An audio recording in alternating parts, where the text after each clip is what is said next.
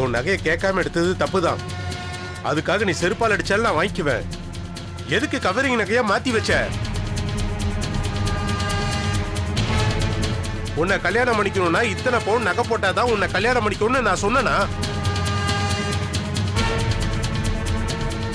ஏன் போய் சொன்ன? சொல்லு. இல்ல உங்க வீட்டுல இருந்து இந்த நகை தான் போட்டு அனுப்புனாங்களா? வாசு, தயவு செஞ்சு வீட்டுக்கு வர சொல்லாதீங்க. அப்ப நீதான் கவரிங் நகையா மாத்தி வச்சியா?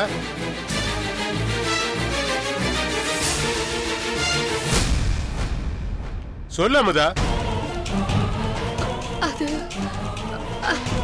அண்ணனோட ஆபரேஷனுக்காக பணம் தேவைப்பட்டது. அதுக்காக தான் நகையெல்லாம் கொண்டு போய் வச்சேன். என்ன மன்னிச்சிருங்க. அண்ணனோட ஆபரேஷனுக்கு பணம் தேவைப்படுது, அதுக்காக நகையை வச்சு பணம் கொடுக்க போறேன்னு என்கிட்ட சொல்லியிருந்தா நான் வேண்டாம் நான் சொல்ல போறேன். என்ன நீ புரிஞ்சுக்கிட்டது அவ்வளவுதான் அமுதா. சரி, அந்த அவசரத்துல நீ என்கிட்ட சொல்லாம போயிட்ட. அதுக்கப்புறம் நீ என்கிட்ட சொல்லியிருக்கலாம் இல்லையா? ஏன் நகை அது எதுக்கு நான் உங்ககிட்ட சொல்லணும்னு நீ நினைச்சிருந்தா கூட அதை கூட நான் தப்பா நினைக்கல. ஆனா எதுக்காக இப்படி ஒரு கவரிங் நகையை செஞ்சு வச்ச?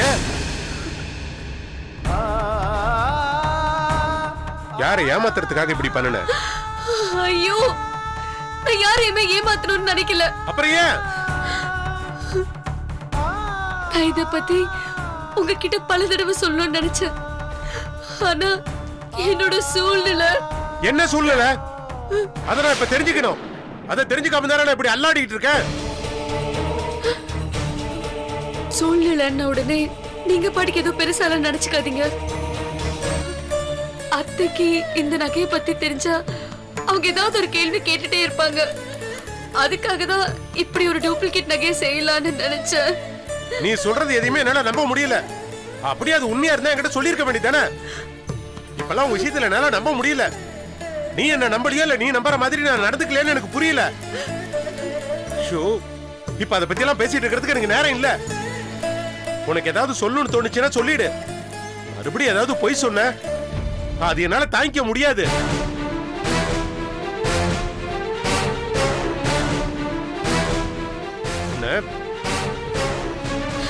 என்னங்க வாசு, வாசு ஒரு நிமிஷம்.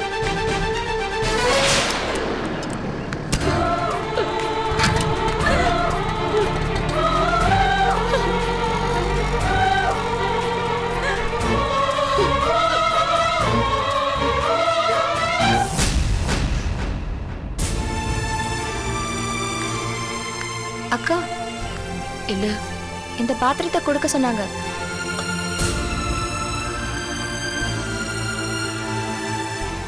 வேற என்ன? இல்ல ஊருக்கு கிளம்புறேன், அதான் சொல்லிட்டு போலான்னு. சரி, போயிட்டு வா. சரிக்கா.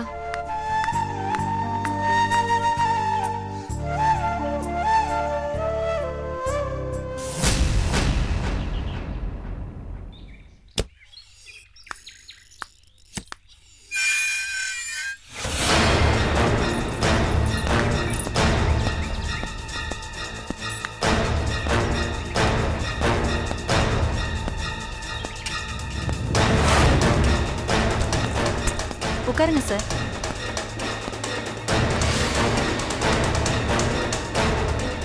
சார், நான் தான் கொலை பண்ணேன்னு முடிவே பண்ணிட்டீங்களா சார்? இந்த கொலைக்கு எனக்கு எந்த சம்பந்தமும் இல்லை சார். லுக் ஜெயந்தி, போலீஸ்காரில் இருந்து யாரும் தப்பிக்க முடியாது. எங்களுக்கு எல்லா உண்மையும் தெரியும். மேனேஜருக்கும் உனக்கும் தவறான தொடர்பு இருந்திருக்கு. அவர் மூலமாக எல்லா காரியங்களையும் சாதிச்சுட்டு இருந்திருக்க. எப்போ அமுதா ஆஃபீஸ்க்குள்ளே வந்தாலோ அப்போவே உனக்கு பிரச்சனை ஆரம்பமாயிடுச்சு. மேனேஜரோட பார்வை அமுதா பக்கம் திரும்பின உடனே உனக்கு கிடைக்க வேண்டிய சலுகைகள்லாம் அமுதாவுக்கு போயிடுச்சு.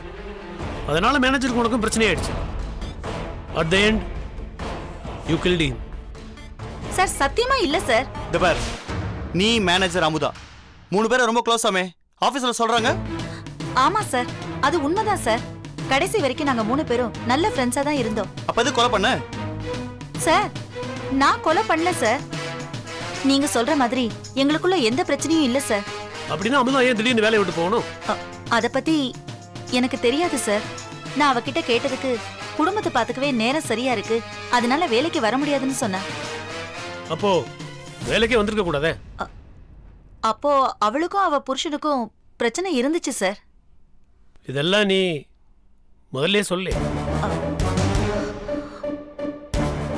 நீ தான் அந்த கொலையை பண்ணியிருப்பேன்னு நினைக்கிறேன். அதான் பதட்டத்தில் மாற்றி மாற்றி பேசிகிட்டு இருக்க. ஸ்டேஷனில் வச்சு விசாரிச்சா எல்லாம் உண்மையும் வந்துடும். ரகு சார், இப்படி கேட்டால் உண்மையை சொல்கிற மாதிரி தெரியல. ஸ்டேஷன் கூட்டிகிட்டு போகலாம். கிளம்பு. சார் சார் ப்ளீஸ் சார், நான் உண்மையை சொல்லிடுறேன். நான் எந்த தப்பு பண்ணல சார், என்னை விட்டுடுங்க சார். கொலை பண்ணிட்டு விட்டுருன்னா எப்படி சார் பார், நீ எதையோ மறைக்கிறன்னு உன் முகத்தை பார்த்தாலே தெரியுது. என்னன்னு ஒழுங்கா சார் கிட்ட சொல்லிடு. அப்படி இல்லைன்னா 3rd டிகிரி ட்ரீட்மெண்ட் என்னன்னு தெரியல, ரொம்ப மோசமா இருக்கும். சார் ப்ளீஸ் சார், வேண்டாம் சார், நான் எல்லாத்தையும் சொல்லிடுறேன் சார். சரி சொல்லு. ஏன் மூர்த்தியை கொலை பண்ண? சார் நான் கொலையெல்லாம் பண்ணல சார். அமுதா மேல மேனேஜருக்கு ஒரு கண்ணு இருந்துச்சு சார், அதுக்கு மட்டும்தான் சார் நான் உதவி பண்ணேன். உதவினா என்ன மாதிரி?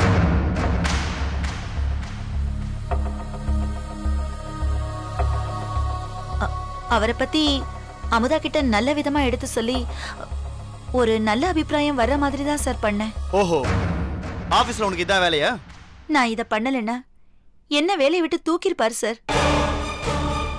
தனியா இருக்கேன், இந்த வேலையும் இல்லைன்னா நான் என்ன சார் பண்ண முடியும்? சொல்லுங்க சார். சார் நீங்களே சொல்லுங்க சார்.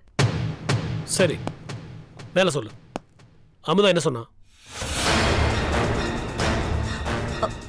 அமுதாவுக்கும் மேனேஜர் மேல நல்ல அபிப்பிராயம் தான், ஆனா அவளுக்கு அவரோட நோக்கம் புரியல. மேனேஜர் அவளை அடைய 2-3 தடவை ட்ரை பண்ணாரு, ஆனா எதுவுமே நடக்கல. இந்த நேரத்துல தான் அமுதா வேலையை ரிசைன் பண்ணிட்டா. ஆனா அன்னைக்கு நைட்டு மேனேஜர் அவ வீட்டுக்கு போறேன்னு சொன்னாரு. ஆனா அன்னைக்கு நைட்டு மேனேஜர் அவ வீட்டுக்கு போறேன்னு சொன்னாரு.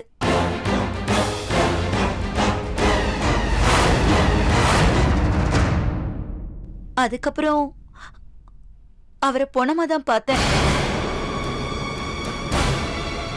அமுதா வீட்டுக்கு அவர் போனாரா, அங்க என்ன நடந்துச்சு எதுவுமே எனக்கு தெரியாது.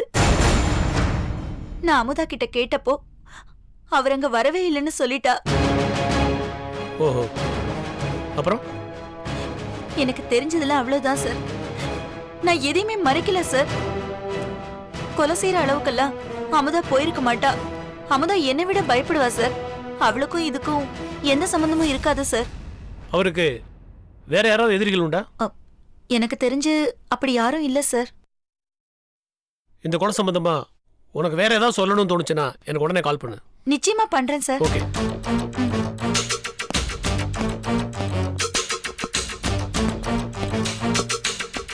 ரகு சார், எனக்கு என்னமோ அந்த பொண்ணு மேல முழுசா நம்பிக்கை வரல. ஏதோ தப்பு நடக்குது. Anyway you keep an eye on her. Sure sir. நம்ம அமுதா வீட்டுக்கு என்கொயரி போகணும். சார், எனக்கு என்னமோ அமுதாவுக்கு இந்த கேஸுக்கும் எந்த சம்மந்தம் இருக்குன்னு தோணல. விசாரணை பண்ணி பார்த்தா இந்த கொலையை பத்தி க்ளூஸ் என்ன கிடைக்கலாம். நீங்க அலோவ் பண்ணீங்கன்னா நான் வேணா என்கொயரி பண்ணிட்டு வந்துடுறேன். ஓகே, நீங்க சொல்ற சரிதான். எனக்கும் கமிஷனர் ஆஃபீஸில் கொஞ்சம் வேலை இருக்கு. நான் ஸ்ட்ரைட்டாக கமிஷனர் ஆஃபீஸ் போயிடுறேன். நீங்க அமுதா வீட்டுக்கு போய் விசாரணை பண்ணி ரிப்போர்ட் எடுத்துட்டு என்னை வந்து பாருங்க. Then will go meet AC. சரியா? Sure sir. குட்.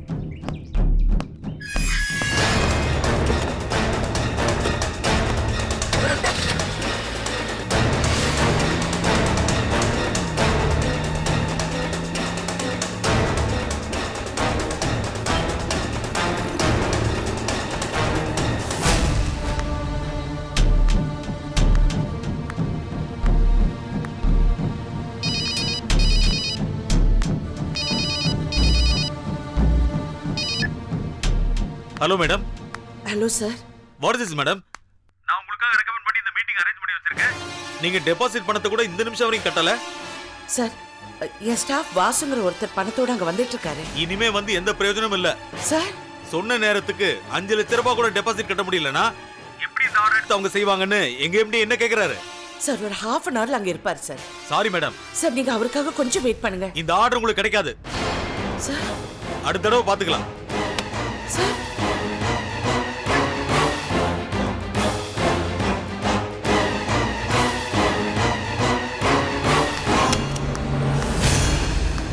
ராமு.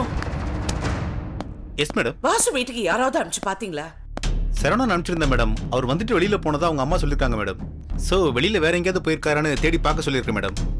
இந்த காலத்துல யாரை நம்புறதுன்னே தெரியல madam.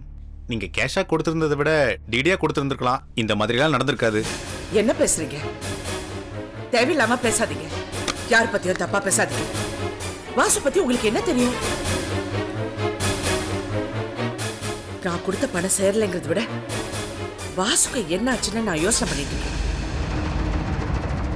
Sorry madam. Vasu phone ஸ்விட்ச் ஆஃப் பண்ணிருக்காருன்னா சம்திங் இஸ் ராங். அவரோட குணா போனார்னு சொன்னீங்களா? அவருக்கு போன் பண்ணி என்னாச்சுன்னு கொஞ்சம் கேளுங்களேன். இதோ கேக்குறேன் மேடம். என்னங்க வாசு, என்ன வாசு, எங்க போயிருந்தீங்க? ஏன் போன் ஸ்விட்ச் ஆஃப்? என்னாச்சு வாசு? என்ன மன்னிச்சிருங்க. என்ன வாசு, முதல்ல எழுதுறீங்க வாசு, எழுதுறீங்க. என்னாச்சு வாசு? என்னாச்சு? ஏன் அழுவுறீங்க வாசு? நீங்க மேல வச்சிருந்த நம்பிக்கைய என்னால காப்பாற்ற முடியலைங்க. என்னாச்சு வாசு? சொல்லுங்க வாசு. பணத்தை தொலைச்சிட்டேங்க.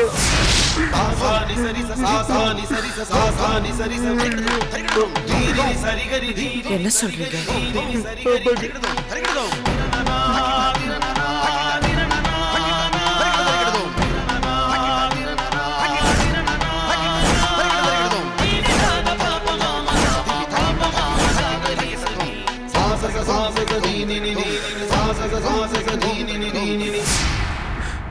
என்ன வாசு, 5 லட்சம் ரூபாய் பணத்தை தொலைச்சிட்டேன்னு இவ்வளவு சாதாரணமா சொல்றீங்க?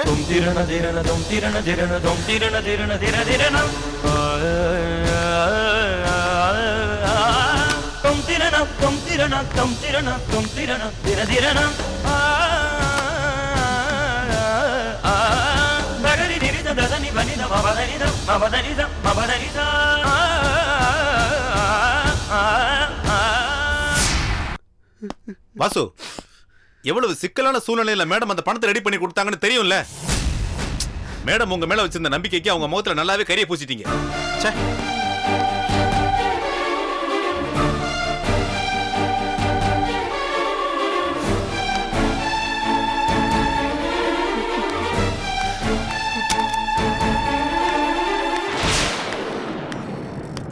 ஏங்க, தப்பு என் மேலதாங்க.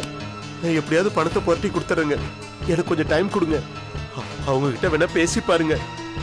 அது முடிஞ்சு போச்சு. ஆர்டர் இனிமே நமக்கு கிடைக்காது. ஏங்க, நடந்த பிரச்சனை என்னன்னு அவங்க கிட்ட எடுத்து சொன்னா அவங்க புரிஞ்சுக்குவாங்க இல்ல? பணம் தொலைச்சு போச்சு. போலீஸ்ல கம்ப்ளைண்ட் பண்ணீங்களா? இல்லைங்க. போலீஸ்ல கம்ப்ளைண்ட் பண்றதுக்கு முன்னாடி பணத்தை எப்படியாவது ஏற்பாடு பண்ணிடலான்னு வீட்டுக்கு போனேன்.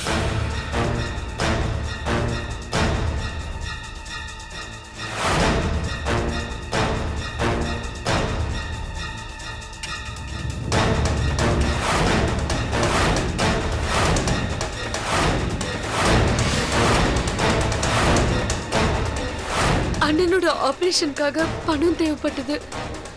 அதுக்காக தான் நகையெல்லாம் கொண்டு போய் வச்சேன்.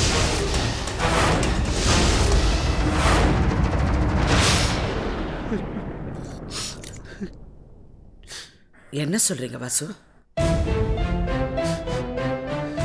சொல்றது எதுவுமே நம்புற மாதிரி இல்லையே. அவ எதுக்கு அவருடைய ஹாஸ்பிட்டல் செலவுக்கு பணம் கொடுக்கணும்? அப்படியே இருந்தாலும் வீட்டுல இருக்கிற நகை எல்லாத்தையும் கவரிங்கா எதுக்கு மாத்தி வச்சு செய்யணும்?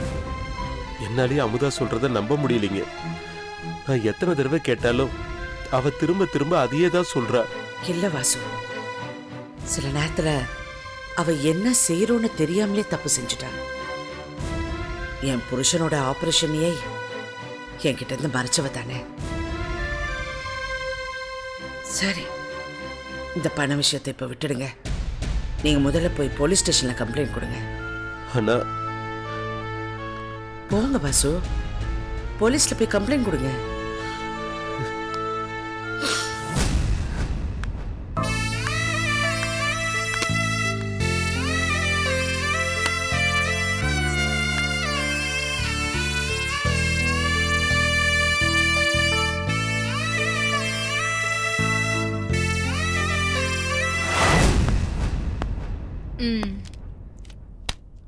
சோ ஆபீஸ்ல இருக்கிற எல்லாரையும் விசாரிச்சிட்டீங்க. Yes madam. விசாரணையில யார் சந்தேகப்படுறீங்க? மேடம், ஆஃபீஸில் வேலை பார்க்குற ஜெயந்தி மூலமாக அவங்க தம்பி சாரி கொலையான மூர்த்தி பல பெண்களை தன்னுடைய ஆசைக்கு இணங்க வைக்க முயற்சி பண்ணியிருக்காரு. சில பேர் கோபத்தில் வேலையை விட்டுட்டு போயிருக்காங்க, சில பேர் பணத்துக்காக பொறுத்துட்டு இருந்திருக்காங்க. யாருமே வெளிப்படையாக எதிர்ப்பு தெரிவிக்கல. அதனால உடனடியாக இந்த விஷயத்தில் யாருன்னு கண்டுபிடிக்கிறது கொஞ்சம் கஷ்டம் மேடம். கஷ்டம்னா அப்ப இந்த கேஸை க்ளோஸ் பண்ணி பரன் மேல தூக்கி போட்டுடலாமா? Madam, I didn't say like that. இந்த கேஸில் இன்னும் நிறைய விசாரிக்க வேண்டியிருக்கு. பர்டிகுலரா இவங்க தான் அக்யூஸ்ட்னு யாரையும் அரெஸ்ட் பண்ண முடியாதுன்னு தான் நான் சொல்றேன். ஏ செத்து போனவன் நல்லவன் இல்லைங்கிற எண்ணம் உங்க மனசுக்குள்ள ஓடிக்கிட்டே இருக்குல்ல? நீங்க போலீஸ், ஜட்ஜ் இல்ல. கொலைகாரனை தேடி கண்டுபிடிக்க வேண்டியதுதான் உங்களோட வேலை. யார் நல்லவன் யார் கெட்டவன் யாருக்கு தண்டனை கொடுக்கறதுன்னு கோர்ட் முடிவு பண்ணட்டும். You understand?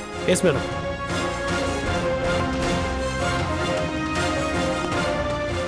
கடைசியா வேலையை விட்டு போனது அமுதா. கடைசியா மூர்த்தி அமுதாவை பார்க்க போறதாதான் ஜெயந்தி கிட்ட சொல்லிட்டு போயிருக்கான்ல? ஆமா மேடம். அமுதா மேல மூர்த்தி ஆசைப்பட்டதாவும் ஜெயந்தி சொல்லியிருக்கான்ல? Yes madam. அமுதாவை விசாரிச்சீங்களா? அமுதாவை நான் தான் விசாரிச்சேன் மேடம். நீங்க விசாரிக்கும் போது அமுதாவோட பிஹேவியர் எப்படி இருந்தது? ஒரு போலீஸ் என்கொயரி பண்றப்போ பப்ளிக் எப்படி ரியாக்ட் பண்ணாங்களோ அது போல தான் அமுதாவை ரியாக்ட் பண்ணாங்க. மற்றபடி தப்பா எதுவும் தெரியல. தப்பா தெரியலனா எப்படி? ஐ மீன், அமுதாவை பார்த்தா அவங்க இந்த கொலை செய்யற அளவுக்கு போவாங்கன்னு எனக்கு தோணலை. அதுவும் இல்லாம மூர்த்தி அவங்க மேல ஆசைப்பட்ட விஷயமே அமுதாவுக்கு தெரியல மேடம்.